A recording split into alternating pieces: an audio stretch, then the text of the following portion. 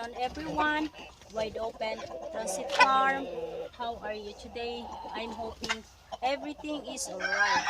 About me, if there is asking, I'm fine too, and thank you. I'm here again because I want to share with you guys that I am feeding our rooster and okra cook pads. I show you the cooked okra pads that I was cooking in the cooking pot in the oven. This cooked okra, the pads of the okra, the old okra or hard okra that I was harvesting in our okra plants in our garden. I was saving and I was deciding to cook because we have chickens to feeding. Chickens can eat okra even raw or cooked, or even the whole plants of okra. Chicken can eat too. Why I am feeding to our rooster? Because okra, there are a lot of nutrients and minerals found in the okra. In order our rooster can get a good benefit from the okra pads.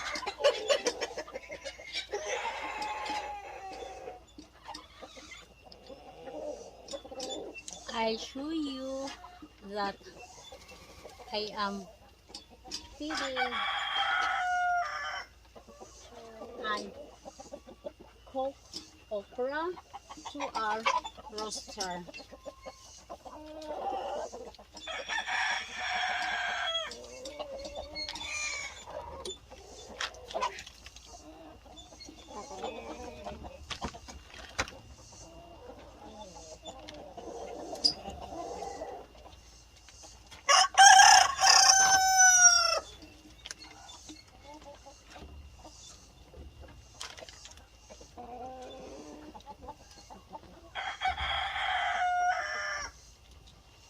They are eating, so my old okra is not wasting because I am cooking and feeding to our rooster.